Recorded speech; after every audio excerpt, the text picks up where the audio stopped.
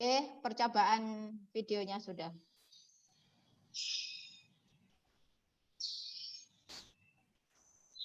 Ini boleh di-share linknya ke yang lain, barangkali ada. A'udzubillahi minasyaitonir. Boleh Ustadz, insya Allah. Oke, kalau gitu saya share ya. Oke. Barangkali ada orang luar yang mau gabung. Eman.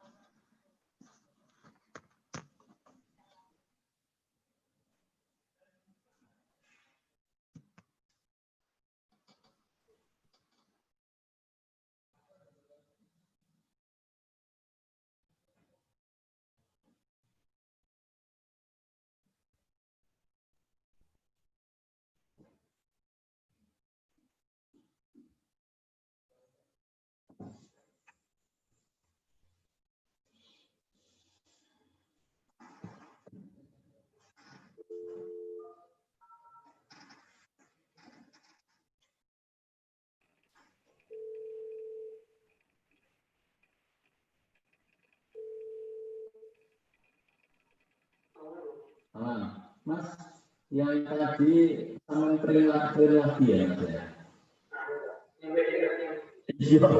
Iya, kurang ya tangannya.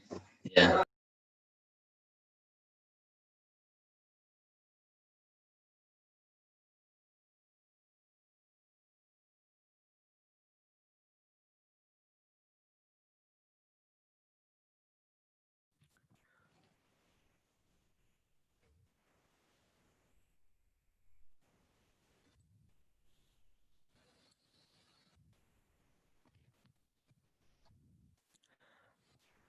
Assalamualaikum warahmatullahi wabarakatuh. Waalaikumsalam warahmatullahi wabarakatuh. Waalaikumsalam warahmatullahi wabarakatuh. Anak-anakku semuanya, sebelum kita memulai di sesi siang hari ini, yang masih menonaktifkan kameranya, Ustadz mohon untuk diaktifkan, untuk di-on-kan kameranya.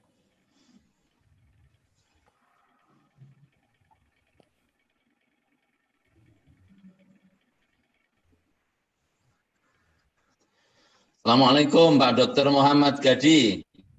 Waalaikumsalam warahmatullahi wabarakatuh. Apa kabar, Ustaz? Oh, sehat ya? Alhamdulillah, alhamdulillah. Gimana cuaca di Australia, di mana? Di Melbourne apa di Sydney ini? Di Melbourne, di Melbourne. Oh, di Melbourne. Melbourne. Sedang lockdown kita ini. Oh. Lockdown ronde kedua. Ya Allah, itu Masya ya. Allah. Iya. Ya Allah. Iya, Gimana, ini kalau gimana?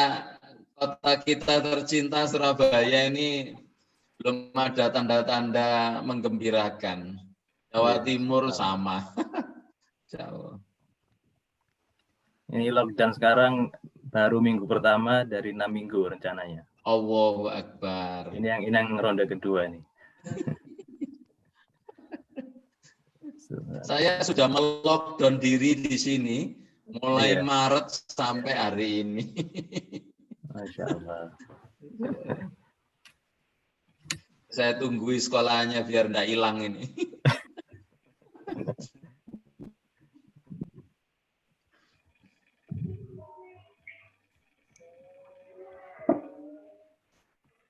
Nanti ada partner tampilnya, Pak Dokter. Ada slides, nanti ada juga YouTube saya share bisa kan? Enggak, teman selain Pak Dokter ada mungkin teman dokter yang lain? Enggak ada. Oke.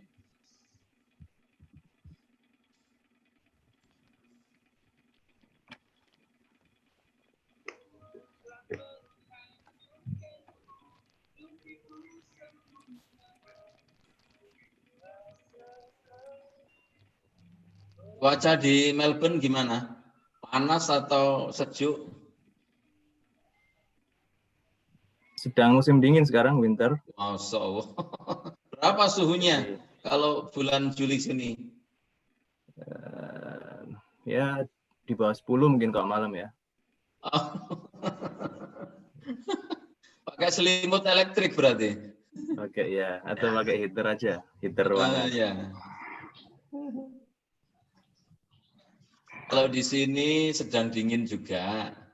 Kalau siang ini walaupun di luar terik, tapi masih terasa sejuk ya. Kalau ini hari ya terasa dingin sekali. Kalau mau jalan ke musola ya harus pakai jaket. Tinggi kan Batu ya. Wah, luar biasa. Keluarga sehat ya Pak Dokter? Alhamdulillah, alhamdulillah. Alhamdulillah. Australia. Iya. Enak jadi ya, ibadah ya.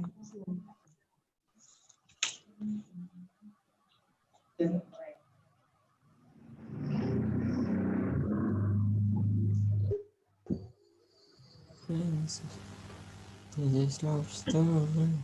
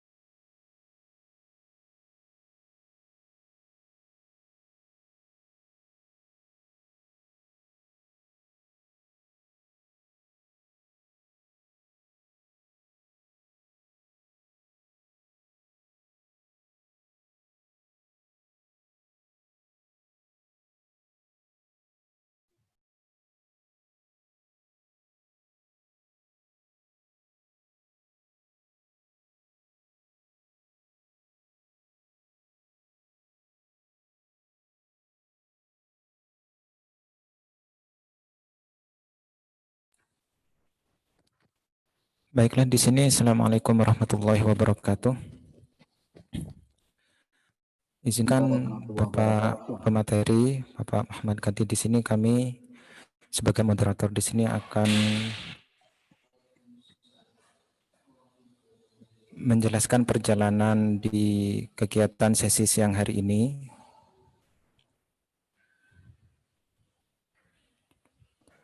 Dan kami mempersilakan kepada Ananda Hafid untuk membuka acara yang ada di sesi siang pagi, di sesi ketiga di hari ini. Silakan Ananda Hafid.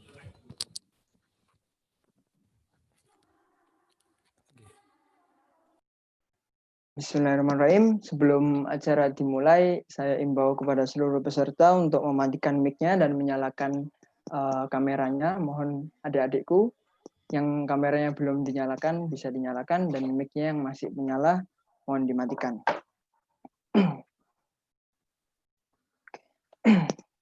Saya ulang. Bismillahirrahmanirrahim. Assalamualaikum warahmatullahi wabarakatuh. Waalaikumsalam warahmatullahi wabarakatuh. Asyhadu an la ilaha illallah wahdahu la syarikalah wa asyhadu anna Muhammadan abduhu wa rasuluh, amma ba'du. With honor, Ustadz Edi Kuncoro as our principal and head of the Al Hikmah Boarding School Batu, and with honor, Mr. Muhammad Kadi as the guest speaker for today, our Ustadz which is blessed by Allah Subhanahu wa Ta'ala, and all basic leader camp participant, my younger brother, who are ready to study together and learn to get better. Today, I myself will be guiding this webinar with the theme of International Webinar Healthcare in the Future. Firstly, let me introduce myself. My name is Hafiz Ahmad Putra Santoso. I'm a student in Al Hikmah Boarding School Batu, and today I will guiding this event as a moderator. May Allah give smoothness and blessing on this event. Before we get to the main event, let us listen to the reciting of the verses of the Quran to add the blessing of this program. To our brothers, Sami Salman, time and place is yours. The participants are expected to ensure that the mic does not turn on and listen to this Quran reciting. Assalamualaikum warahmatullahi wabarakatuh. Waalaikumsalam warahmatullahi wabarakatuh. A'udzu billahi minasy syaithanir rajim. Bismillahirrahmanirrahim. Walaqad atayna Luqmanal hikmata an ishkur lillah. Wa man yashkur fa innama yashkuru li nafsihi. Wa man kafara fa innallaha ghaniyyun hamid. Wa idh qala Luqmanu libnihi wa huwa ya'iduhu ya bunayya la tusyrik billah inna syirka la dzulmun 'adzim. Wa wassaynal insana biwalidayhi hamalathu ummuhu wahnan 'ala wahnin wa fisaluhu fi 'amaini an ishkur li wa liwalidayk ilayyal masir. Wa in jahadaka 'ala an tusyrika bima laysa laka bihi 'ilm fala tuti'huma wa sahibahuma fid dunya ma'rufa wattabi' sabila man anaba ilayya thumma ilayya marji'ukum fa unabbi'ukum bima kuntum ta'malun. Shadaqallahul adzim. Assalamualaikum warahmatullahi wabarakatuh. Waalaikumsalam warahmatullahi Waalaikumsalam wabarakatuh. warahmatullahi wabarakatuh. Thank you, Sami Salman, for the reciting of the Quran. Next, we will listen to the song Indonesia Raya. Hopefully, this makes us remember that we as young people have the responsibility of prospering Indonesia in the future. Again, all participants are expected to ensure that the mic doesn't turn on when following the song, and are invited to stand in their respective place.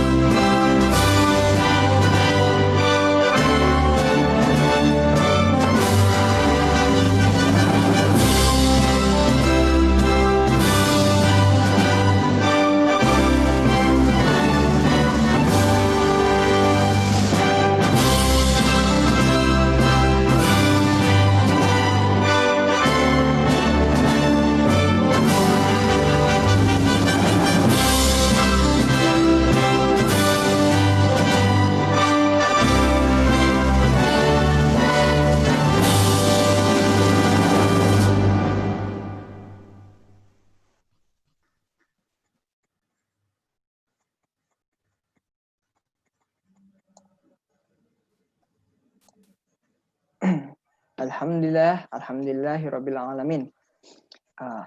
Today we have an extraordinary opportunity, a webinar with live speaker from Australia with Mr. Dr. Muhammad Kadi. In the midst of his busy schedule, I would like to thank Mr. Muhammad Gadi for taking a time to share with us some of his experience and knowledge. And before we get to the main program, let me introduce the great two speakers for today. The first one is Ustadz Edi Kuncoro.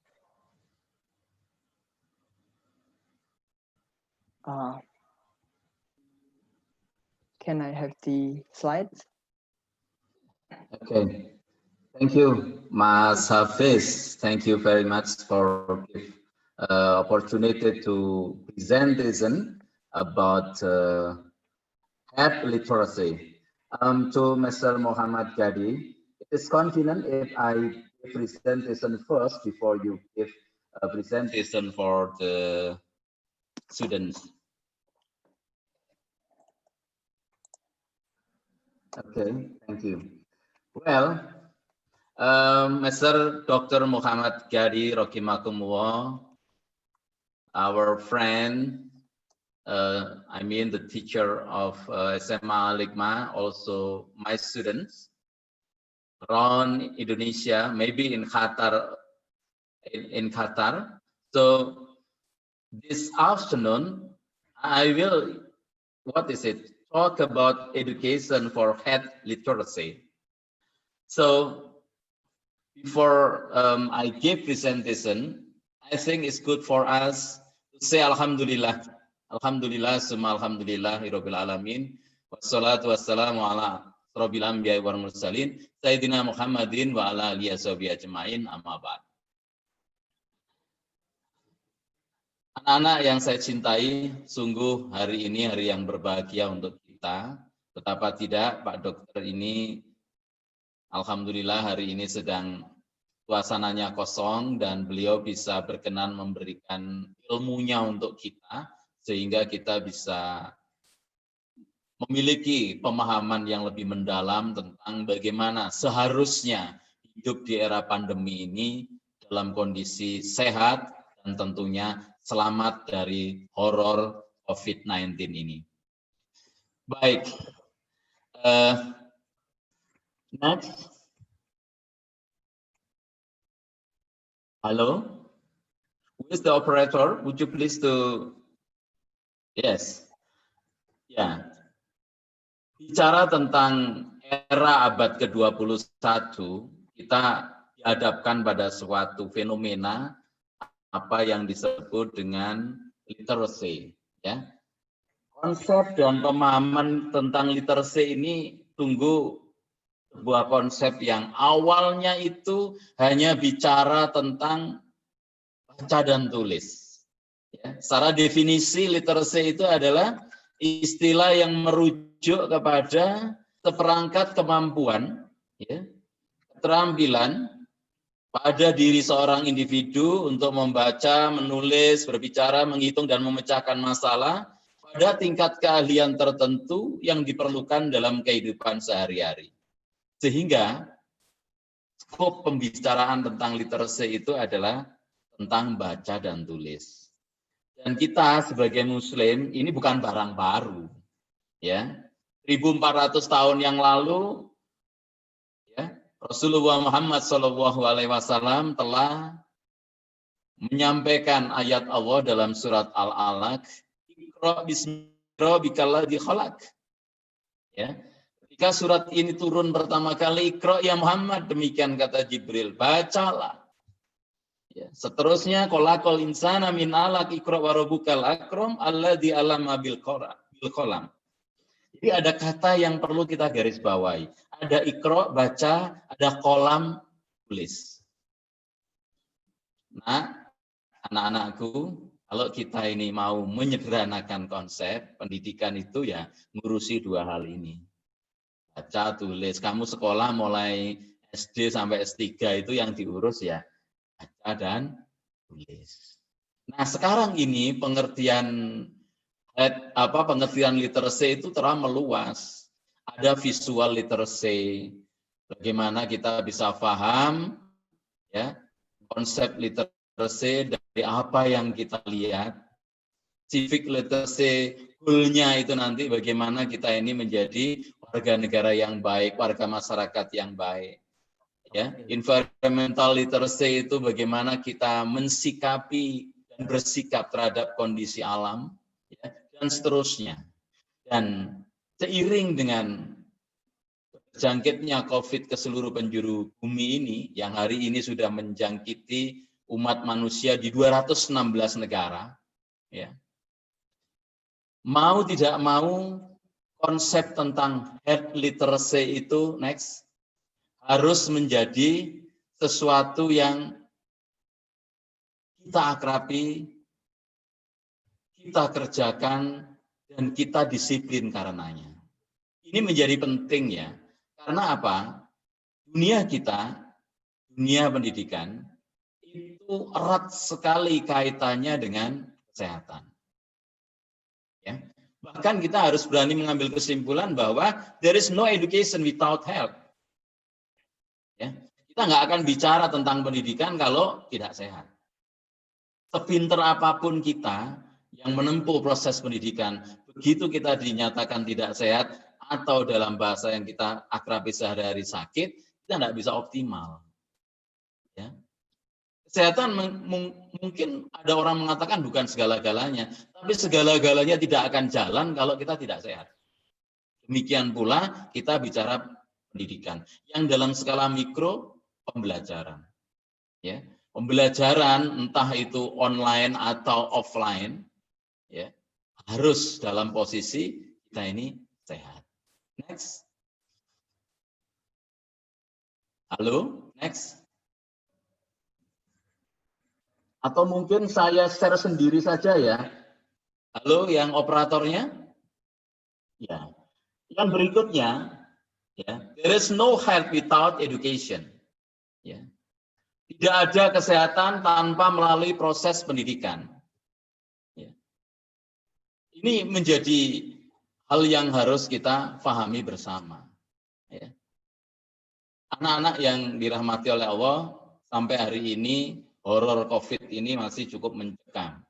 Kita yang hidup di Jawa Timur itu bersaing ketat dengan Jakarta. Ya. Kadang Jakarta yang nomor 1, Jawa Timur nomor 2. Beberapa hari yang lalu, Jawa Timur menyalip Jakarta, kemudian disalip lagi oleh Jakarta, dan seterusnya. Khusus kota Surabaya, tidak lagi zona merah, tapi juga sudah masuk ke zona hitam. Itu artinya apa? Ya, bicara tentang kesehatan ini menjadi sesuatu yang urgen, menjadi sesuatu yang strategis. Bahkan karena bahayanya COVID ini sampai kemudian proses pendidikan dan pengajaran harus dikerjakan melalui daring. Next.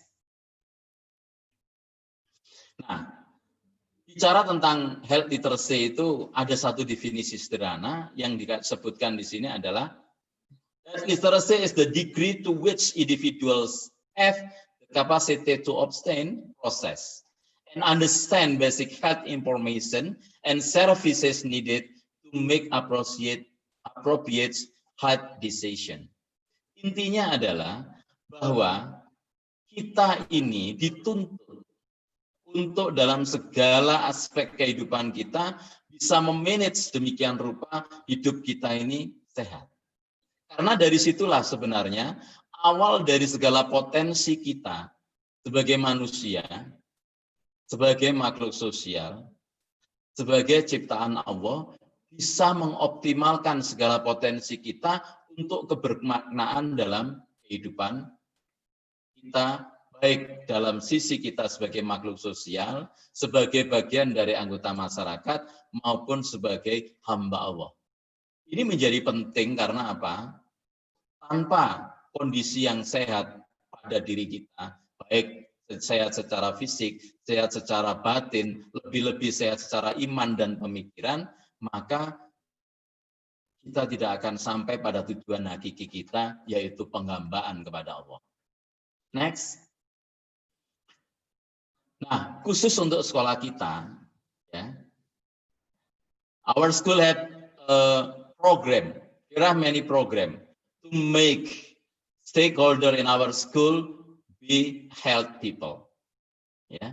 Yang pertama program itu adalah pendidikan kesehatan. Secara kurikulum ini ada, dan yang mengampu pembelajaran ini adalah Ustadz Slamet. Ya. Di dalamnya tidak hanya diajarkan berolahraga saja, tapi segala aspek tentang hidup sehat itu seperti apa. Ya. Nanti anak-anak, khususnya anak-anak kelas 10 baru yang belum sampai hari ini merasakan nikmatnya hidup di boarding ini, nanti anak-anak akan banyak memperoleh program dari pakarnya Ustadz Slamet, yang kebetulan master beliau itu adalah di bidang bagaimana hidup sehat. Ya. Nanti anak-anak bisa mendesain program bagaimana penurunan berat badan, atau sebaliknya yang berat badannya belum ideal bisa dinaikkan. Ya. Angkatan pertama bahkan angkatan kedua ada yang bisa turun dalam tempo 3 bulan itu 17 kilo, ada yang turun 20 kilo. Ini adalah sebuah prestasi pendidikan kesehatan di sekolah kita. Ya.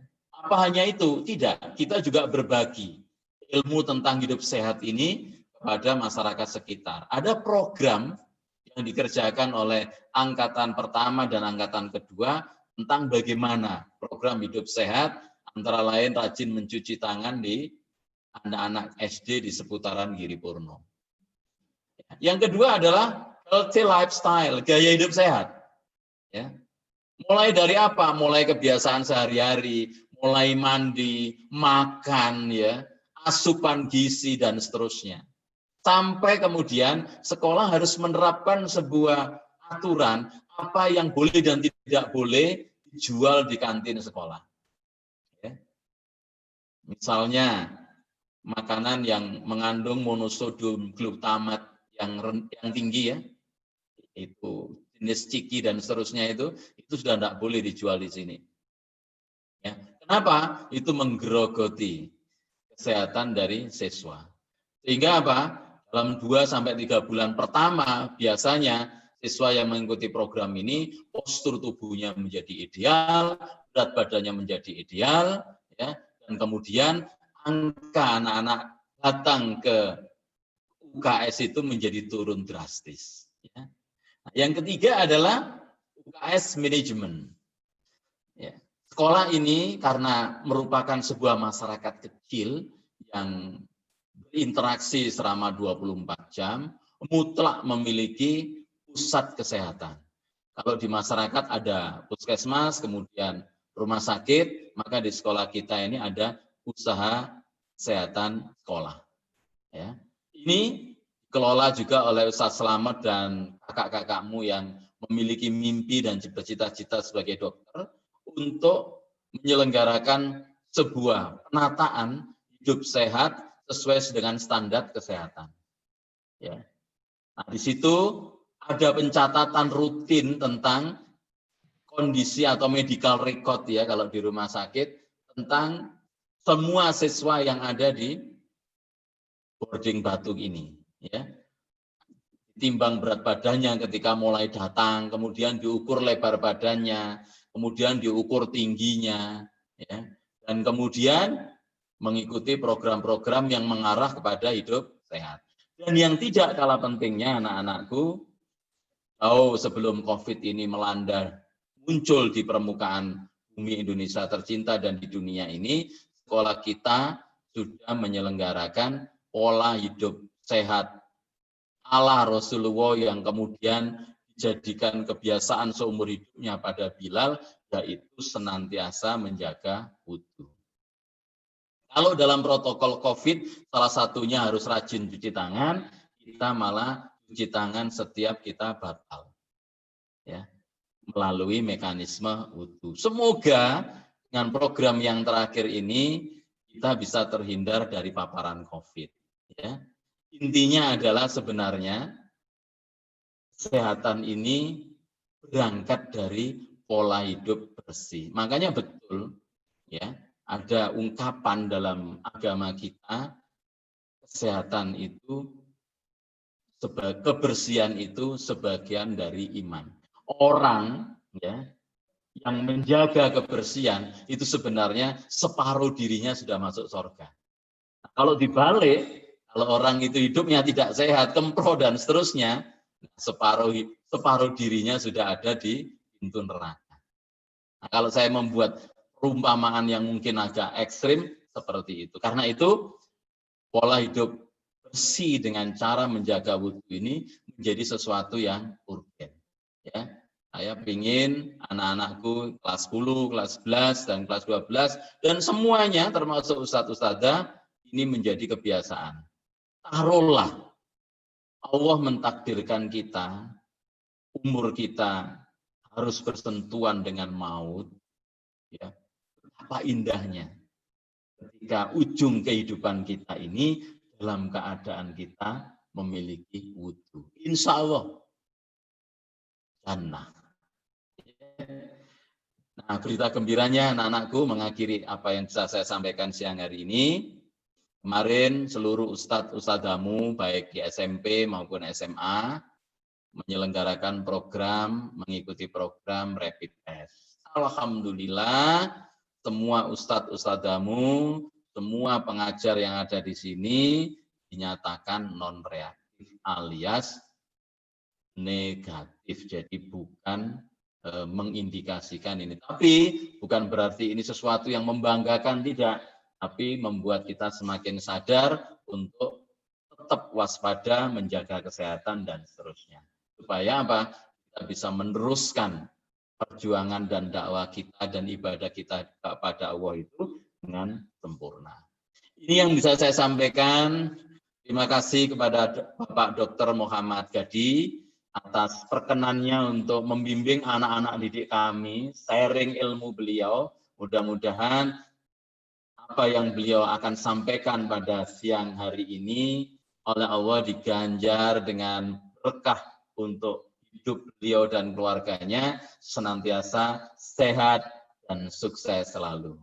Pak Dokter, Terima kasih, mohon maaf, dan sekaligus saya mohon izin untuk Pak Dokter, teman-teman guru, dan anak-anak untuk leave dari room ini untuk melaksanakan aktivitas yang lain. Terima kasih, selamat berthalabul ilmi, mudah-mudahan Allah senantiasa membimbing kita dengan hidayah, iman, dan sehat kepada kita semua. Ihdinas siratal mustaqim. Wassalamualaikum warahmatullahi wabarakatuh.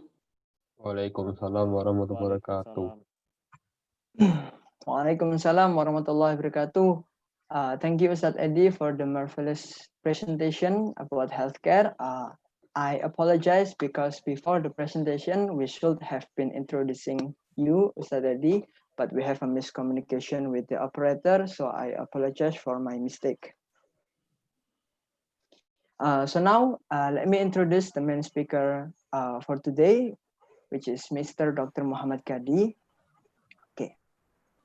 Sudah Ani?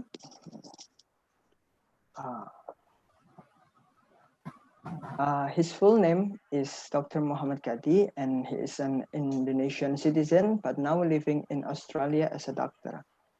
That is the personal information about Mr. Muhammad Kadi. And this is the career objective. I will read it for you. He said that I want to spend my time in general practice in an effective and productive way. And I am honored when I can be part of others people's positive journey in their life. I love learning about different culture and get involved in the care of people of different background. And my belief is that a small positive step in the right direction is a success in anyone who tries to live a healthier life.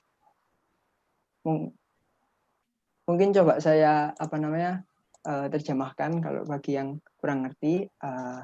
Di sini Bapak Dr. Muhammad Kadi berkata kalau beliau ingin menghabiskan waktunya di praktis umum yang efektif dan produktif, dan beliau merasa honor itu apa ya? Merasa honor bisa menjadi part dari kepositifan jalan yang positif orang lain, dan beliau senang untuk belajar berbagai macam culture dan suka terlibat dalam care of people jadi terlibat dalam membantu seseorang dari background yang berbeda, dari kehidupan yang berbeda. Dan beliau memiliki keyakinan bahwa langkah kecil positif itu langkah positif dalam kesuksesan atau dalam menuju kesuksesan itu tuh ada di semua orang yang ingin memiliki hidup yang lebih baik. Oh, ada yang ngasih menurut saya nggak usah ditranslate. Oke, siap. So for the education that Mr. Muhammad Kadi has been through is from 2003 until 2004. He attended in the Australian International Academy in Victoria and achieving an international baccalaureate diploma. And then from 2005 until 2010 in the University of Melbourne, he got 3 batch, which is the Bachelor of Medicine, Bachelor of Surgery, and Bachelor of Medical Science. And it's the employment history of Dr. Muhammad Kadi. The first time is in the Royal Adelaide Hospital from 2011 until 2014. And now he is attending in the Otway Medical Clinic in Victoria since 2015, and now is in Family Drug Help Self-Help Addiction Research Center in cooperation from the February 2020 until now.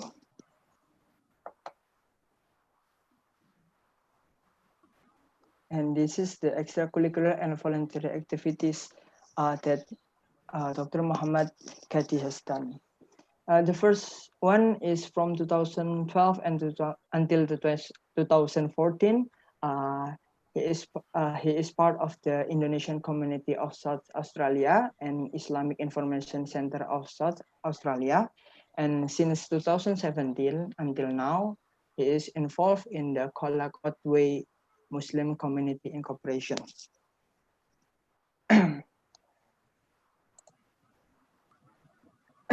Maybe that's a little that I can introduce Dr. Muhammad Kadi to others. And now I invite you, Mr. Muhammad Kadi, to present the second material. Time and place are yours. Assalamualaikum warahmatullahi wabarakatuh. Can you hear me? Waalaikumsalam. Yes, we can hear you, sir. Is it clear? Yeah, is it clear? Hey, it is clear. Alhamdulillah. Alhamdulillah Rabbil Alamin. Allahumma salli ala Muhammad wa ala alihi wa ashabihi ajma'in. Thank you very much, my brother Hafiz. Alhamdulillah, I'm very excited, very happy to be able to join all of you, all the Ustadha, all the teachers, all my dear brothers and friends, to share something, and also I'm learning from all of you too. Alhamdulillah. We'll go straight to the topic. So I will share.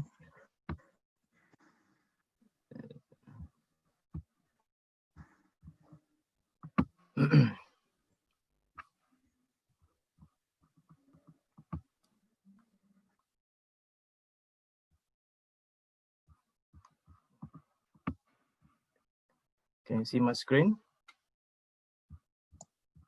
Yes. Okay. So we will talk today about the practice of medicine in the future.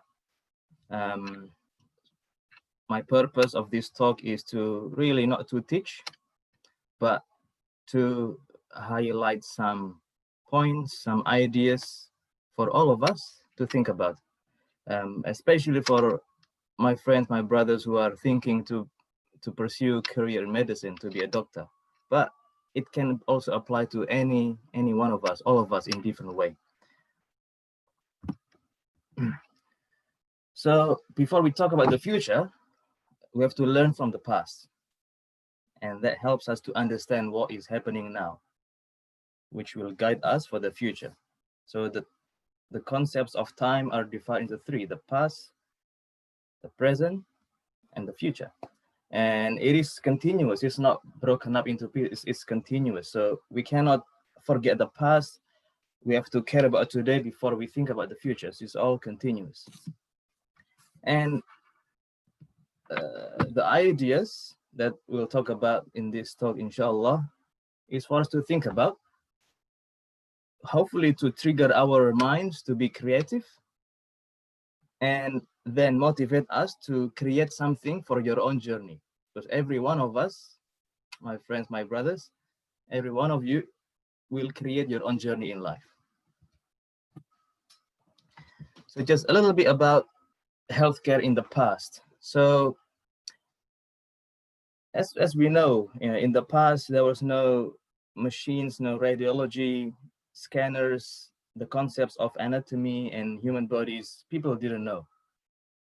And when people got sick, they call it because you made God angry. So disease is seen as a superstition or supernatural force due to divine displeasure. So if you are sick because you made God angry. Hippocrates, which is a Greek physician, he is the father of modern medicine. He then, in the progress of the thinking of the people, he suggested to always look for the causes of illness. This is the first time that when a person is sick, they try to look for the cause of the illness. Why are they sick?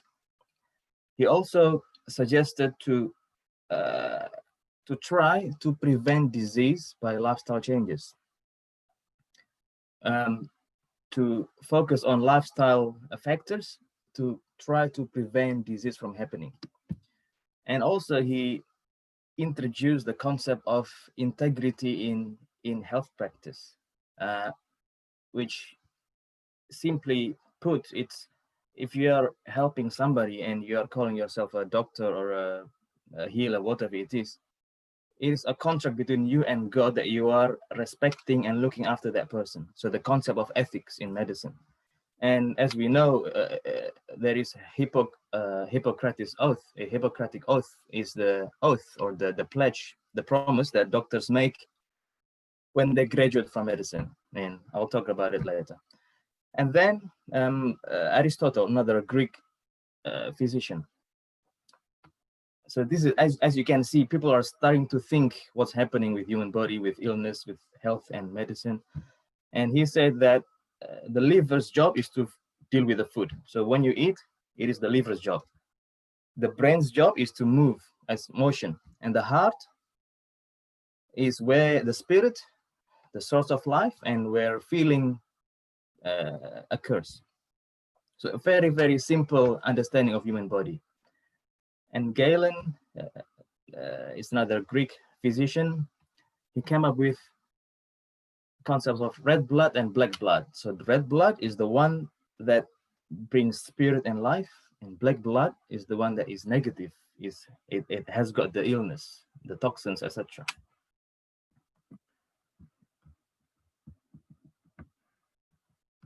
And continuing so for 1,000 years, and we see some of these until now even. So diseases are understood as a mixture of divine displeasure, which is again related to you are sick because you made God angry, curse, demons. In Indonesia, we know santet, things like that. So that's remnants of very old understanding. We have some beliefs as Muslims as well. We have some beliefs of of jinn, etc. That form our beliefs as a whole in terms of health and sickness. And also like environmental factors. We have masuk angin in Indonesia.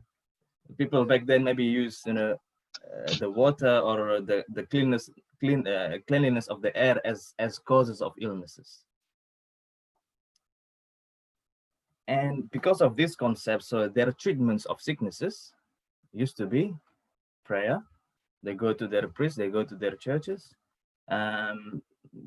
doing rituals, which again are around belief that God was the one that sent down the sicknesses.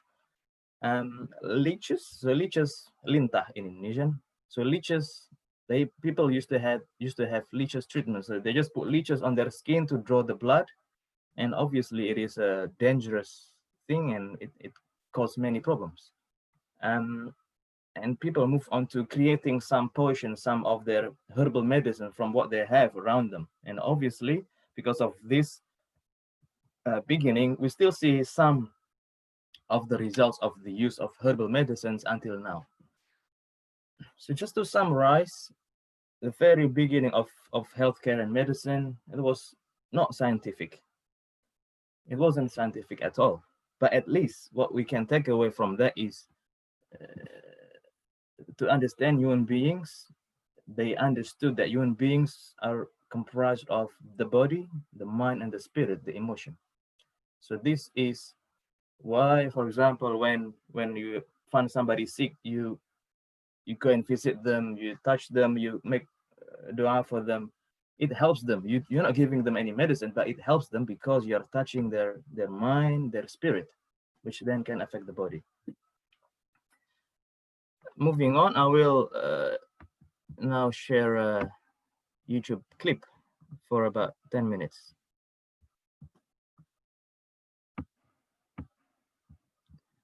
Hang on a sec.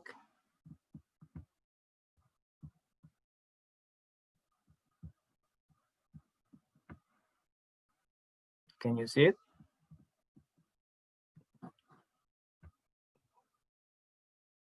Can you hear it? Can you hear the audio? No. Yes? No. Not yet. Can you hear? No. No. Not yet. Not yet? No, I mean, it's not on the sound. Can you hear the sound? Yes. No? How do, can you see the view? Maybe the operator can share the screen. Yeah. So Maybe, yeah. So YouTube. So that's the title of the YouTube link. We'll watch the first maybe 11 minutes.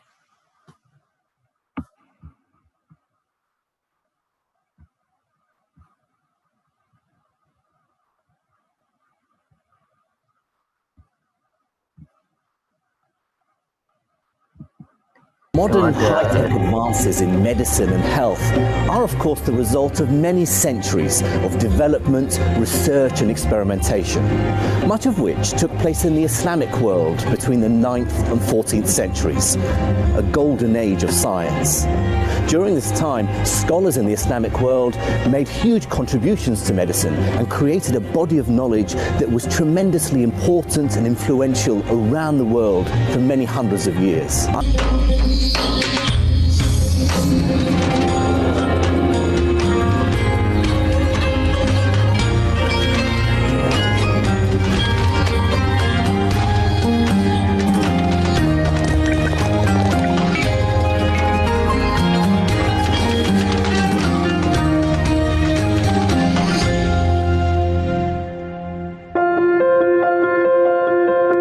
It was during the Islamic Golden Age that medicine started to be treated as a true science, with emphasis on empirical evidence and repeatable procedures. During that time, medical books were written that became standard texts throughout the world for many hundreds of years. At this hospital, they're carrying out pioneering research to improve the treatment of babies born with neonatal encephalopathy. That is, babies born with serious neurological damage because of a problem with oxygen or blood supply in the womb. To improve the reliability of their research, the hospital's using what we call a control group. Some of the babies receive magnesium sulfate, whereas a separate group, the control group, don't receive it. This allows the hospital to compare fairly the effect of the treatment with and without the drug. One thing that's of tremendous interest to me is that this idea of a control group actually goes all the way back over 1,000 years to a Persian physician by the name of Ar-Razi, who built the first hospitals in Baghdad. He was born in the city of Ray near Tehran in the mid-9th century, and he was an early proponent of applying a rigorous scientific approach to medicine. During his distinguished career, he served as chief physician of hospitals in both Ray and Baghdad. In the 17th century, William Harvey famously carried out his groundbreaking research into the circulation of blood and the function of the heart. But in 1924, an ancient document was discovered. This was a text written by Ibn Nafis, a 13th century Arab physician. In it, he described the basics of pulmonary circulation, how blood doesn't move across from one side of the heart to the other, but has to take the long way round, around the body.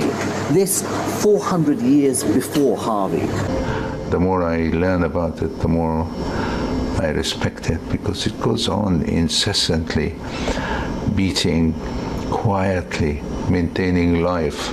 Professor Yaqub is also interested in the history of medicine. As part of a paper he commissioned for a medical journal, he's researched the life and work of Ibn al-Nafis. Here we have a scholar born in Syria in the early part of the 13th century. He was a polymath because he was studying, he was a theologian, he was a scientist, if you like, he was a discoverer. But arguably his most important contribution was his commentary on medicine, in which he looked at how blood moves through the heart. Ibn al-Nafis was the first to challenge Galen's view. he established that there weren't any holes, so there had to be another way for blood to pass from right to left. Ibn al-Nafis stated that the blood must first pass through the lungs, where he said it mingled with air before it came back to the heart and was pumped around the body. Now we know. Ibn al-Nafis's description wasn't widely accepted at the time, and it wasn't until his manuscript was rediscovered in the 20th century that his work was universally recognized. It's now part of the long history of medicine that continues to evolve today. In order for these hospitals to provide care, they needed a knowledge of medicines and surgery. The most important work of the Golden Age was written by the great 10th century philosopher and physician Ibn Sina, better known by his Latin name Avicenna. This is my personal copy of his great text, The Canon of Medicine, Al-Qanun fi Tib. The full work was a multi-volume group of texts that took on where the Greeks left off, physicians like Galen and Hippocrates. In this first volume, he describes human anatomy in great detail. And what I love is that he talks about things like tashrih adl al-wajh, the muscles of the face, and then goes on to talk about the muscles of the forehead, the muscles of the eyeball, even the muscles of the eyelid. He then works his way through the entire human anatomy. In other texts, he describes surgery, he describes illnesses and their treatments. It's medical knowledge as they understood it then. It contained a lot of superstition, but a lot of common sense as well. The point is, this text was so important, it was still being used around the world over 500 years later. Even though today we know that not everything Ibn Sina wrote was correct, his work was the pinnacle of medical knowledge at that time. In his canon, he includes a large number of medicines and remedies that use common herbs. What I find so fascinating is that during the Golden Age, every hospital would have had a herb garden just like this. It was their drugstore. And it's interesting that we're hearing those same remedies are still described and in use in modern times. Shukran. Ibn Sina's great canon of medicine describes a variety of herbs. 1,000 years after the canon was written, Dr. Detlef Quintern is growing some of these herbs in Gulhane Park in Istanbul, so that he can study the medical remedies that Ibn Sina described. We planted, following the canon of medicine, 26 medicinal plants out of hundreds which had been described by Ibn Sina around 1020. He worked for 6 years on the canon. So these plants, they had medicinal properties. What sort of things would they have been used for? They were antitoxic, anti-inflammatory. And did they work? Some of them are proven even today that they have this active ingredients. The manuscripts of the Golden Age influenced scientists long after the decline of the Islamic Empire. For instance, Ibn Sina's Canon of Medicine was translated into Latin, and copies were still being printed and circulated well into the 16th century. These texts influenced the great thinkers of the Renaissance, who in turn laid the foundations for our modern world. From astronomy and optics to chemistry and medicine, we've traced the journey of scientific discovery that links the scholars of the Golden Age to the cutting-edge science of our modern world. What you have here is a handheld model of the sky. Their achievements were groundbreaking. This is a particular favorite of mine. It's beautiful. And their discoveries still resonate today, almost 1,000 years after the Golden Age of science.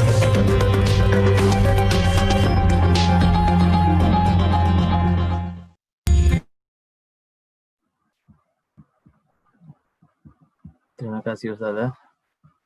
I will continue now. I'll share the slide first. Okay.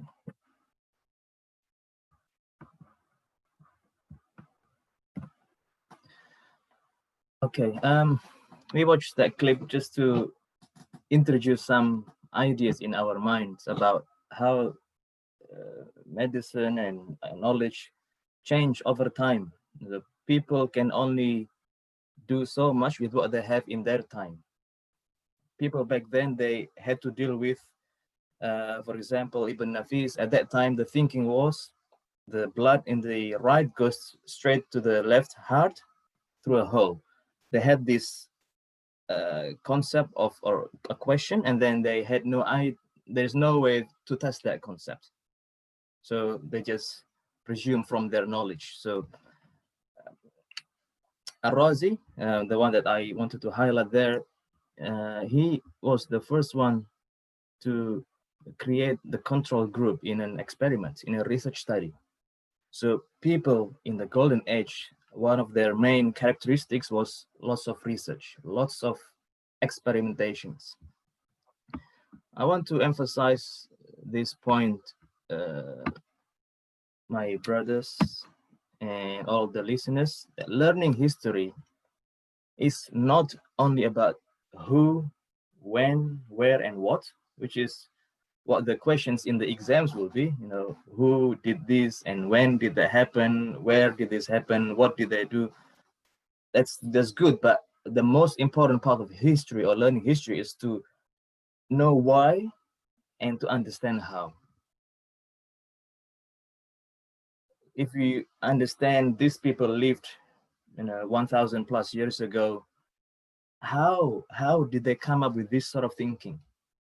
Why were they doing what they're doing? So it's just something for us to take home, to think about whenever we read history. So from the golden age, scientific approach to medicine escalated. It became very prominent. So what does that mean? What does scientific approach? It means first you identify the problem. An illness, for example. So you identify the problem. And then second, you create the hypothesis. What you think can be done. For example, an illness, you think of a medication maybe, or a treatment. You think this can help that illness, a hypothesis. And then you design the experiment, and then you hope to conclude with an answer. So the progress of medicine since then have been very, very significant, very, very fast. And it is mainly because of the scientific approach, the scientific research, and the technology that has become more available now. Just very quickly, without going into too much detail, I want to share about cancer treatment, the treatment of cancer, and how it has changed a lot in the last, maybe 60, 70 years.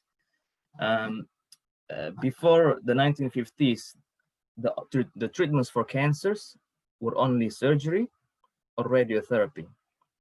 Surgery to remove the cancer from the body, wherever it is, and radiotherapy using radioactive treatment, which at that time wasn't very good quality, to try to kill the cancer cells.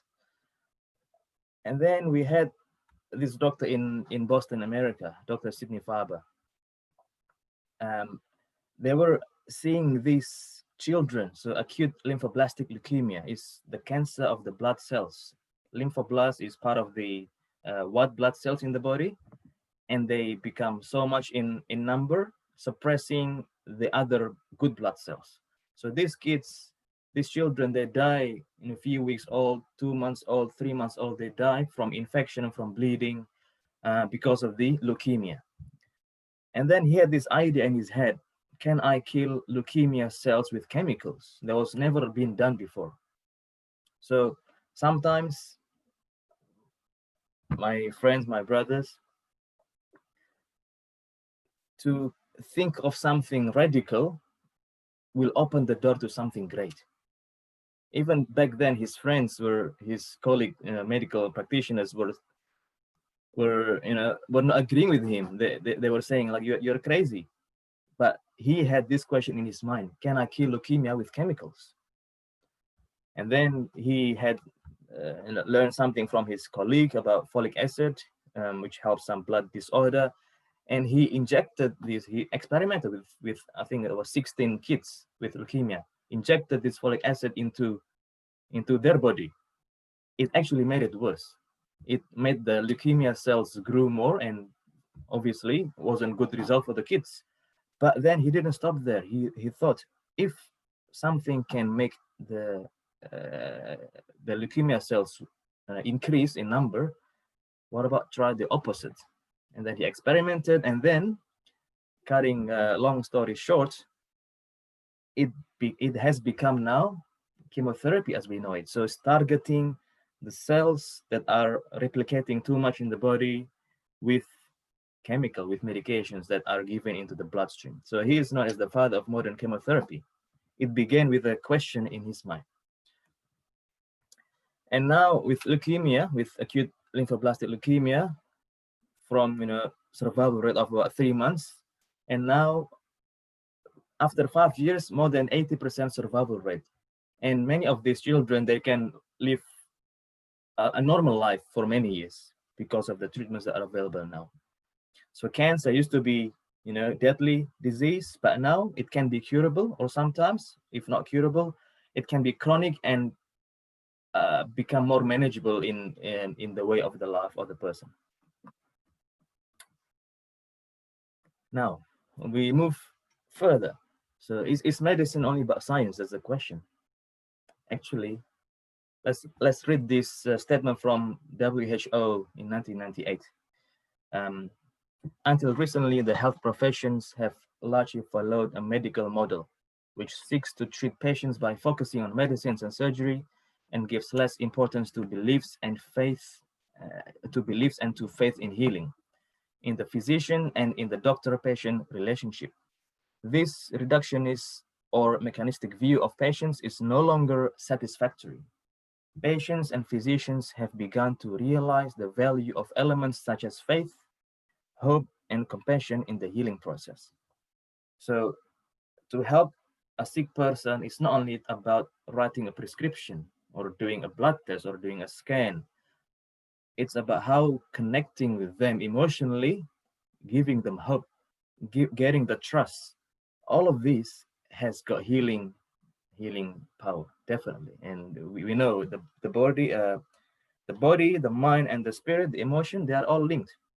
If a person is healthier in their mind, healthier in their emotion, their body becomes healthier, no doubt about it. So really, medicine is a combination of science and art. Now, when we talk about health, what is health? It's actually very complex. So good health and good well-being is not just about, avoiding illness. No. WHO has got these sustainable developmental goals, pretty much things from poverty to hunger, poor education, water, what else? The climate, peace, the land, all of this affects the health and well-being of human beings.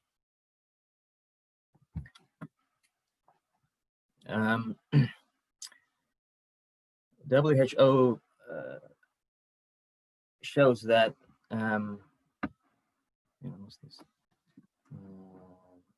so it talks about the cause of health, how cause can be a big barrier for a healthier population, healthier countries. There are countries facing a gap of up to $54 billion a year to achieve the targets, the SDG health targets. For this cause, WHO suggests that 85% of this cause can actually be met with domestic resources, 15% with sharing, sort of worldwide sharing. And what's interesting here is to see that investing in stronger health systems could add up to 8.4 years of life expectancy. So there is a correlation between health and many other factors in life, including economy. Now, I want to show this to highlight the complexity of health. Depends where we are, depends what we have, what resources we have.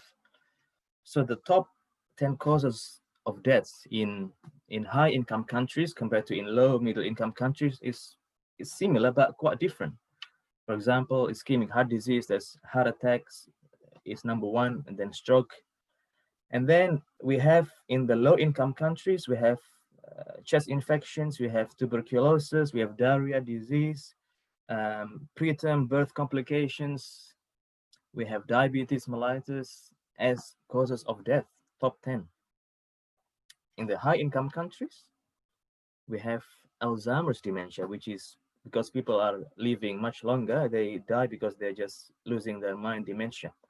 And then we have some cancers there, the lung cancers, colon cancers, breast cancers, because people live longer and cancers develop more so. And there are many other factors, not just because they live longer.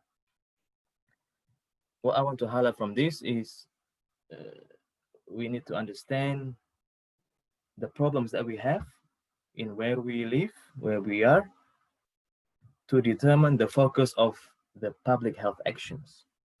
If, for example, we in our country, one of the causes of deaths are issues with childbirth, many mothers die because of childbirth issues, then the public health or approach should be how that can be prevented or how that can be minimized. If one of the top causes of death are lung cancers, and then we ask, what is the cause of lung cancer? Is smoking there? What do we do about smoking as a culture in our country, for example? Moving on further. So what does working as a doctor mean? On the left-hand side there is the pledge or the oath when you finish your degree and you're becoming a doctor now, you're called a doctor. So in summary, it has got 4 basic ethical principles. One is autonomy, meaning your patient or the person that you're dealing with have control of their own body. You do not control their body. They need to understand what is going on. Your responsibility as a doctor is to explain what is going on and have a common decision.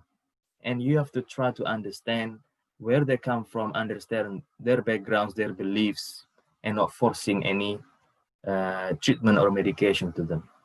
The second is the concept of beneficence, which is all that we do is to try benefit the patient in each situation. And skills, knowledge always progress, and that means doctors have to always learn what is going on, what is up to date, to try to find the best benefit for their patients. The third one is non-maleficence, which is about to do no harm. That is very crucial. Doctors do not harm their patients. It's quite a deep concept, but we can talk about it later, perhaps. And the last one is justice. There has to be elements of fairness in all medical decisions. So if you can remember this, for those who are enthusiastic about being, pursuing medicine or becoming a doctor, medicine is not just a job. It is, if you love it, you do what it takes because it comes from your heart. It's your passion. It is not just a job. Now, to conclude the practice of medicine in the future, the first thing we need to remember is still hold the basic principles of medicine and never compromise. We combine science and art. So whole person medicine means you, with your art, your communication skills, your listening skills, how you speak to people, you treat the person as a whole. You don't treat their broken leg. You treat them as a person. And with excellent scientific clinical practice, that's the science part of medicine. Number 2 is we need to understand your place, your time, and your situation. So wherever we are, situations are different. Now we live in a different world altogether with this pandemic. We need to understand what is going on and then create a problem list. What is the problem? It's like the scientists and the physicians of the past, they had a problem and then they try to find the answers. We need to do the same. The third point, preventative health is crucial. it is, for example, if we focus on improving hemodialysis, cuci darah for those with kidney impairments, there's so much money there. That's very costly and not practical, not effective use of resources. You focus on what are the causes of chronic kidney failures. You think of high blood pressure and diabetes, and that's what we talk about when we talk about preventative health. Is you pick high blood pressure early, you pick diabetes early, and you manage them. And as simple as that, you can avoid a person going into needing hemodialysis in the future. The fourth point, technology use has become much and much more available nowadays to assist the healthcare. For example, now I'm doing lots of telehealth here. I'm calling my patients, I'm accessing my computer work from home, doing prescriptions from home, video call with patients. It has got limits, but we can use these tools to help to continue the healthcare. And the last but not least is when we think about health, we also have to think about education. We have to think about public health policy. We think about food production and safety, climate change, poverty, international politics. The last thing I will say in terms of, say, international politics, in regards to the pandemic that we have, the WHO Director General said last week, he was quite emotional. He said, this virus thrives on division. So this virus will become more and more when we are divided as human beings, as humanity. And he said, how is it difficult for humans to unite and fight a common enemy that is killing people indiscriminately? And we cannot distinguish who is friend, who is enemy. So this is something where when we talk about health, all of you, you don't become a doctor, that's fine, but anything you are doing in your life, you can contribute to better health, and that means better outcome as human beings. And as Muslims, when we are healthier, we can worship Allah better. I hope that's something that you can take benefits, and I will share the slides with the teachers later, inshallah, and you can have access if you like. I'll finish at that. I'll give it back to the moderator.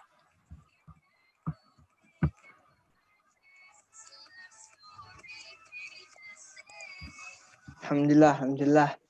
I would like to thanks again to Mr. Muhammad Kadi for giving us an insight about healthcare in the future and how it's been with the COVID and other things.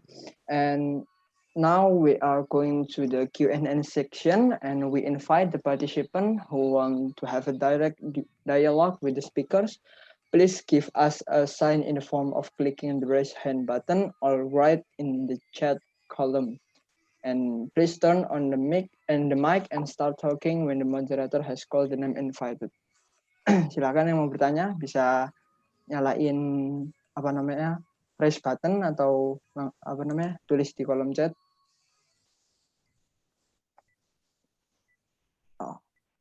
Oke, mungkin yang sudah dapat dulu soalnya ya. There is already a question. I will ask it. This is the question. Technology used to assist healthcare in the future. So if I choose biomedic technology for my study after high school, is it a bright career in the future? To Dr. Muhammad Kadi. Yeah. So we live in technology era. Everything is with technology. With Alhamdulillah, we have this technology of Zoom. Otherwise, maybe I never met you, my brothers. So technology is happening very fast, and people in Australia are thinking maybe they don't need office anymore. They don't need to pay money as if you have a company, you don't need to pay money to rent office. That's cost for your business, for your company. Your workers just stay at home and use the technology, the internet, and all of this to make things more effective, more efficient. Of course, with anything, the ideas of creativity and innovation. There's something that just makes a difference. When you are aiming for something, you want to aim something very high. You don't aim to be like the other people. You don't aim to be achieving something that has been done before. You want to try something more than what is available. So the short answer is yes, technology and media and internet, all of this will always be important. Okay, thank you. I will ask for myself because I am hoping in the university I will take the biomedical industry. And what do you think about biomedic in the future? Can I ask you why? It's because that I know that the three things in this world that is never going to disappear is like food, health, and I forgot the last one.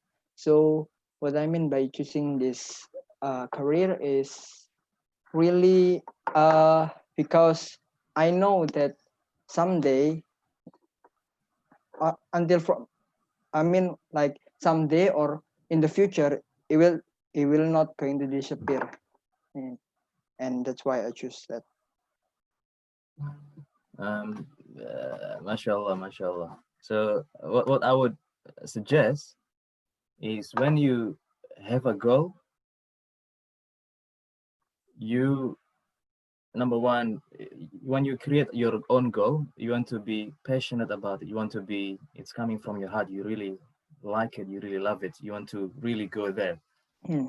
It doesn't matter how difficult it is. When people tell you, nah, that's not going to happen. When people tell you, no, it may not happen, you shouldn't listen to those people. It is your journey. So if it comes from your heart, you are capable, you are good at what you need to be doing, and it comes from your heart, you love it, you're passionate about it, just go with it. It won't be an easy journey. Nothing is easy. I tell you, when you finish high school, you think I'm a big boy now. Finish high school. University is more difficult. When you finish university, you think I can do anything. Looking for work is not easy. So it's things don't get easier as you get higher in your journey. As long as you know where you're going, you'll get there, inshallah. You just have to make your goal clear, and you surround yourself with people who are motivating you, who are giving you, ideas, good ideas, motivation, and avoid the opposite. I hope that helps you. Thank you. And for all other participants, if anyone want to have a dialogue or want to ask something, you can raise your hand. Yang mau bertanya, langsung aja.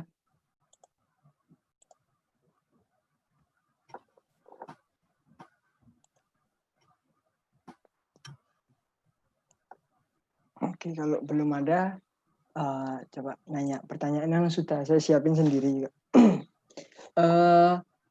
In the COVID-19 spread, there are so many fear about this kind of virus. And another disease become not important for common people. What do you think about this and how to avoid it? What other disease do you mean? Like there is like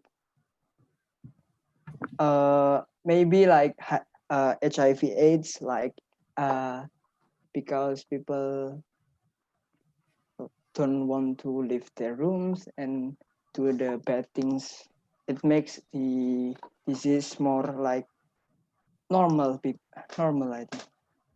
I don't know. So how do you think about that? Yeah. So as doctors, we see it. Here we see it as well.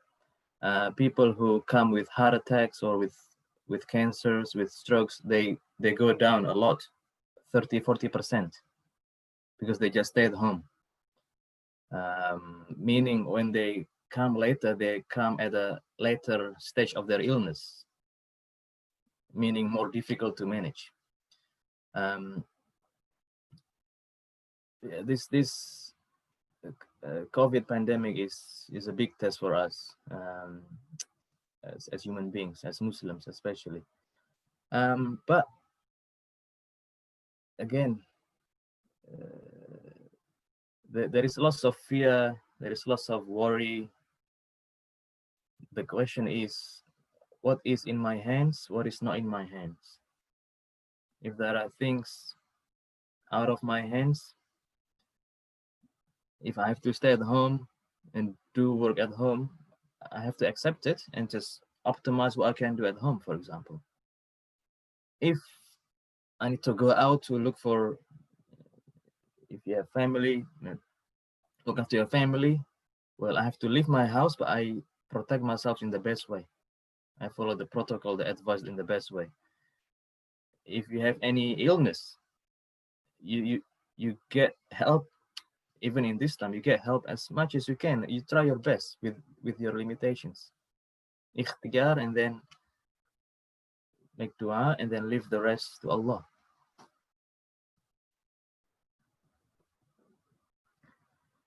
But yeah, we see it here as well, where people, lots of people are very, very worried, very anxious. Subhanallah, this is the reality.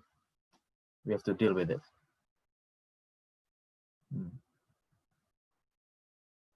Okay, thank you, Mr. Muhammad Kadi. There is another question from Barik. Do you want to talk directly, or I will bacakan buat kamu? Is it the Barik? Oh, okay. I can see the chat. Yeah, he asks, where do you think the best university if we take the medical faculty?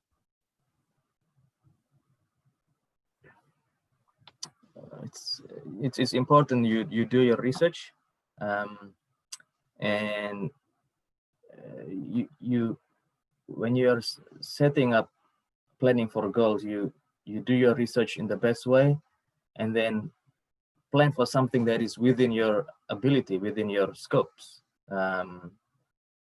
Where you live, what your parents think. There is also financial issue there. So within your ability, I believe honestly, a good doctor doesn't mean they have to come from the best university in the world. No, you can be the smartest doctor, but your patients do not like you. You're not happy as a doctor. But you can be just a simple doctor from any simple university. You try your best, you learn the basic science very well, but you have very good communication skills.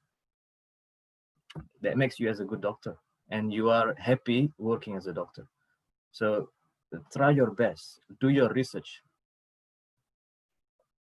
In general, universities that are linked with lots of research facilities or research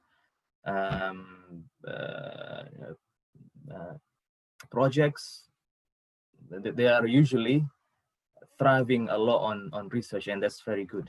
Like here in Melbourne University, it's one of the best in the world because it has got one of the best research facility. There's lots of research going on. Yeah, so that will be my answer. Thank you. All the best for you, inshallah. Yeah, thank you, Barik, for the question. On to the next question from Rafi Jundia. He asked about what motivated you to become a successful doctor within the first place. Okay, so I always think like this, and I always advise my friends, my brothers in the same way. You find what you like and that you are good at. So two things that you like and what you're good at. If you find that thing, you go.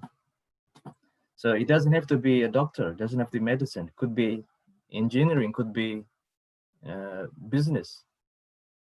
IT, anything, but something that you like from your heart, because any journey you take, it will not be easy. Myself, I failed my exams too. I try again, I pass the next ones.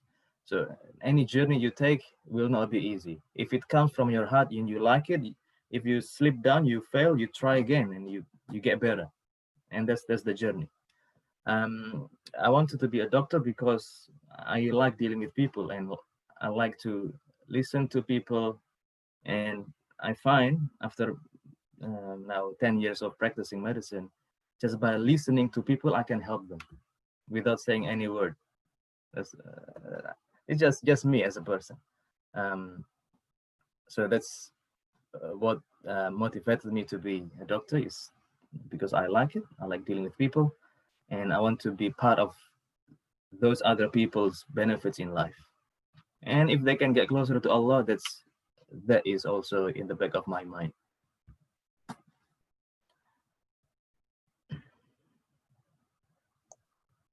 Thank you for the answer, and thank you, Rafi Chindia, for the question.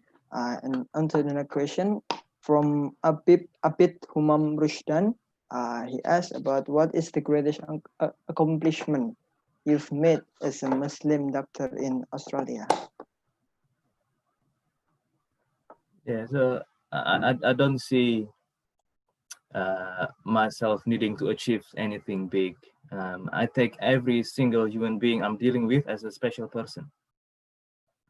Lately, I'm involved a lot more with helping people with drug and alcohol problems, those who are addicted to drugs and alcohol. And I find, this group of people, many doctors don't like to deal with because they are not easy people to deal with.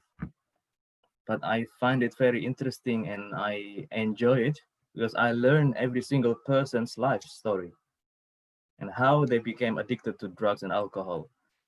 And you're part of the journey in giving them hope, and they go up and down. After 2 years, they can say goodbye completely to drugs. They can recover completely after 2 years. Sometimes it takes that long. And I'm very pleased to be able to be part of the solution for that person, for example. So I never target myself, I have to be this, I have to be that. I just want to focus on every single person I'm dealing with and see how I can be part of something better for that person.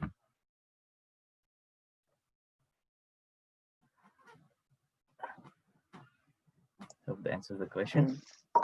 Thank you for the answer, and thank you, Abid, for the question. On to the next question, which is from Teddy from IPS. Why you choose to become a doctor in Australia, not in Indonesia?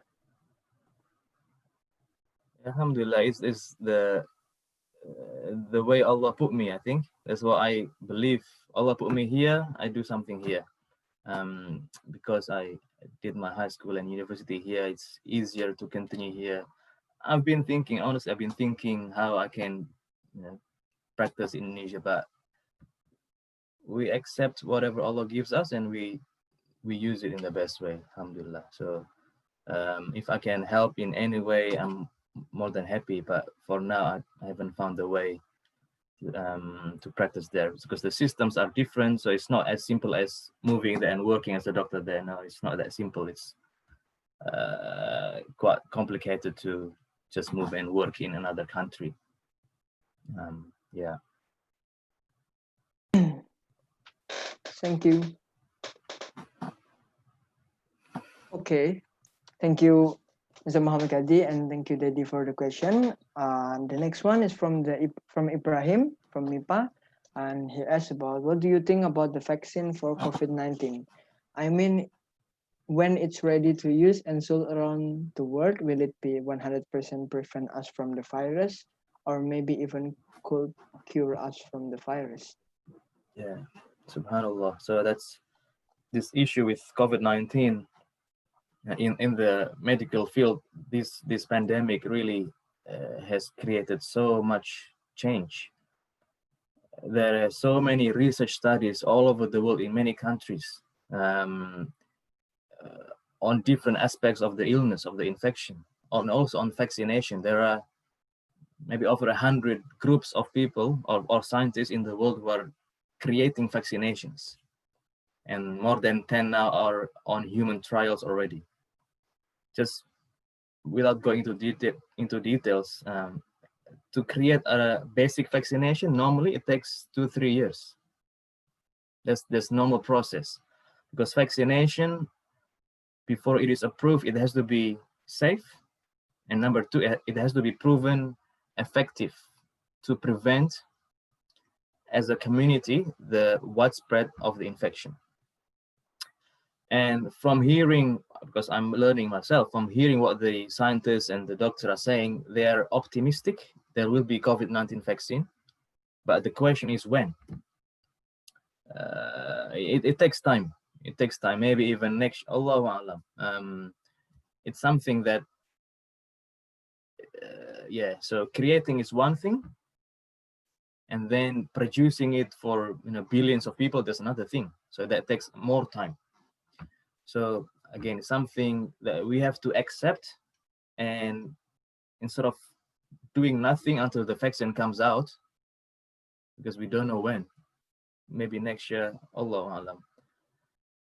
We accept the situation and live with what we have and continue doing what we can in positive ways.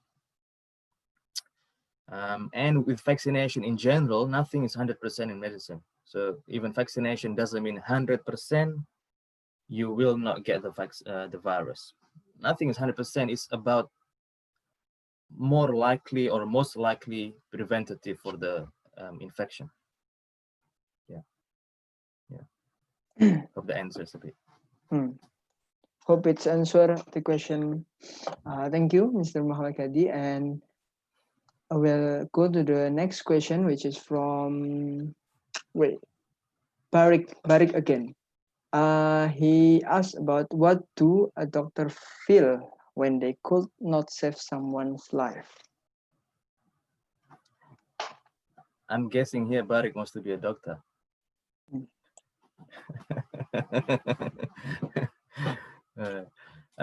Yeah, so I'll tell you my own story. So the first time I saw my patient died, I cried. I was in hospital my first year, maybe that was only 2 months of being a doctor, only 2 months fresh. She was old person in orthopedic ward after a hip fracture surgery. I looked after her for a few days and then she died. After that, I cried. I didn't know what to do. There's human beings. So being a doctor means you don't have to stop being human beings. Human beings mean we have our emotions, we have our brain, we have our body.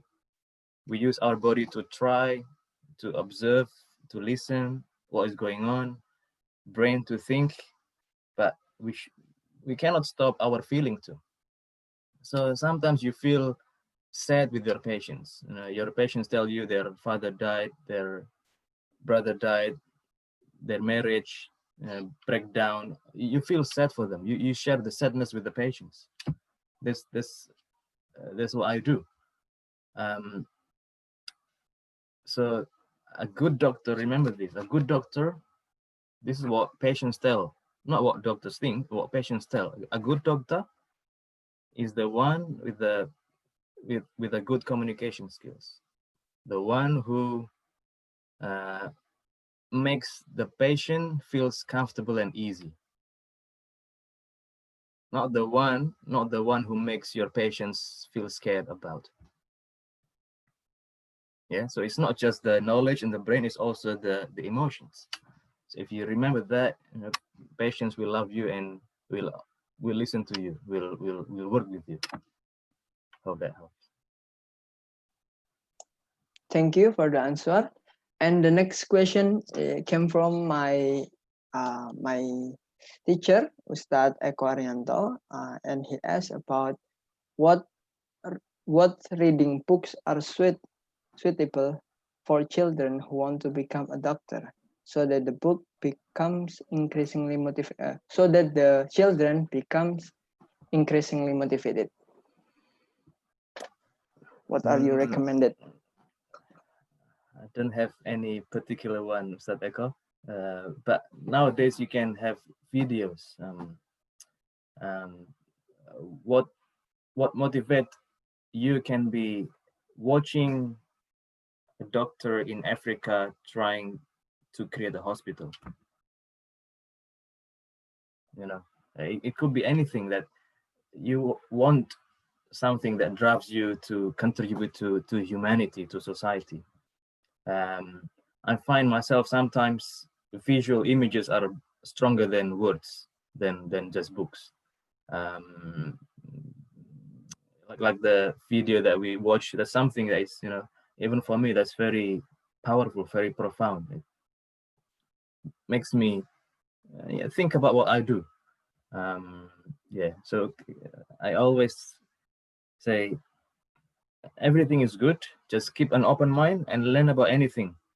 If you're a doctor, doesn't mean you stop learning about other things. No, you still learn about economy. I work in a country area where there are lots of farmers, so farming with cows and sheep. I learn about farming with them. I learn how they manage their cattle, their milk, all of this I learn, and that way you can communicate better with your patients. There's a book, How to Win Friends, something like that. That's on interpersonal skills, how to make friends or something like that. I think Dale Carnegie was the author. So simple things about human beings' relationships is the basic of medicine, I think. Yeah. Okay, thank you. Great answer. Hopes Ustad Eko question answered that. The next one is came from Arsha from Xmipa, and he asked about what is your opinion that makes a doctor special than others? I think I sort of touched on that before with what makes a good doctor is not just about the science, not just about the brain, but also their communication skills, whether they listen to the patients. So listening is not just with ears, also with your eyes, listening the body language of the person. For example, here we have lots of people with depression and anxiety, so mental health challenges. You cannot diagnose that with a blood test. There is no scan for it. You have to try to listen and build the relationship and understand to help that person. And after some time, they'll say, "You helped me before when I was feeling very, very down, very depressed. You actually helped me." And I said to myself, I don't think I did so much. I was just listening. I was just listening to that person, and that was what the person needs. So yeah, so I would say to be a good doctor, a special doctor, you always open your mind, always learn, never stop learning. And number two, remember, it's not just about brain, it's treat the person as a whole. They have brain, they have body, they have emotion. Treat all of them. Hopefully that helps. You can remember that. Okay, thank you for the question. Hopes it answer. And to the next question, it came from Mahatma Zaki, and he asked about coronavirus is not finished yet, but now there is a new virus which is called G4, I think, and what has been prepared by doctors now all over the world. I'm not familiar with the G4 virus. Yeah. Is it the one in China, the influenza one, is it? I searched it about flu babi. Yeah, influenza, isn't it? Yeah, influenza from animal. It's called a pig. Yeah. Actually, it's swine flu. Swine flu. Yeah. Don't know, Allahu Alam. Yeah, so it's don't know. Yeah, that's the challenge that we have. And for example, with coronavirus, the conclusion of the scientists, the medical profession now, the best cure for it is public health with physical distancing. That's the best cure. There is no strong medication that can be very effective for treatment. There is no vaccination, and the best cure to control it in the society, in the country where you live, is physical distancing. If it is airway infections like swine flu, maybe another one, probably something similar. It's about public health control. Yeah. Thank you. Inshallah, the question is answered properly, and I think that is the last question today. And to close this event or program, I give Mr. Muhammad Hadi the time to give a closing statement, if there are any. Time and place is yours. Jazakallah khair. Thank you so much, everyone, for the participation. It's a pleasure for me to be able to share the time with all of you. Alhamdulillah, and make dua for me. If you remember, whatever you take in life, remember this is just a journey. End of the day, we want to meet Allah in Jannah. Whatever your journey, you want to make sure you like it, and you try to be good at it. This liking it comes naturally sometimes. Sometimes you are made that way. You are born to be a computer engineer or whatever, or a doctor. So that's an easy part. To be good at it is the difficult part. And that means if you like it, whatever it takes, you try and try and try and try. So never stop trying to be good at what you're doing. We need to be open-minded all the time, listen to different things, read different things, have the questions in your head, have the questions in your mind. What is the problem in my life now, in the people that I'm seeing, wherever we are? Have the questions, and then try to help your society, your country, wherever you are, with the answers. As we see with the journey of medicine, people tried their best in their time. Now, mashallah, Allah gives us so much. You can learn from home. That's for our parents, they would have no thinking of that possibility. You can learn from home. That's a big blessing from Allah. You can learn so many things in many languages, so many different kinds online. And your teachers are very helpful. They are there for you. They try to help. So it's like Allah is putting all of this in my plate. It's about what I'm doing now with it. Am I going to thank Allah by using it in the best way, or I'm going to waste this opportunity? It's like a responsibility in a way. If Allah gives you something, Allah will ask you for it. What do you use with it? May Allah accept and forgive all of us, and all the best for all of you. And until next time, inshallah.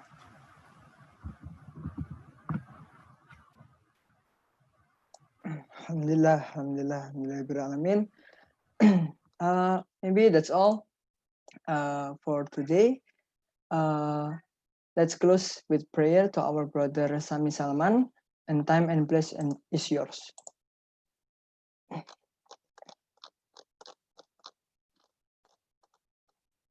Oh, sorry, Sami Salman is not here, so I need someone help. Sat Nuruddin, if you can, to assist the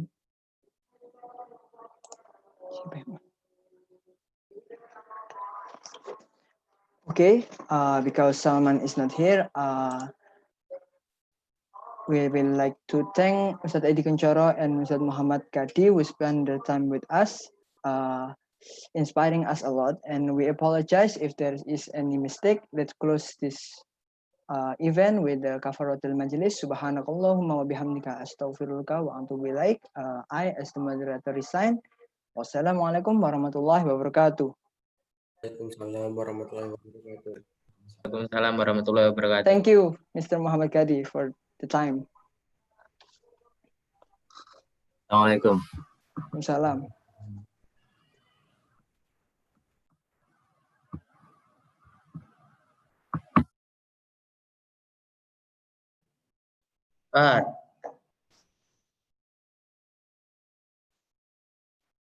Udah selesai tah? Apa dari tadi kok tinggal tidur ya?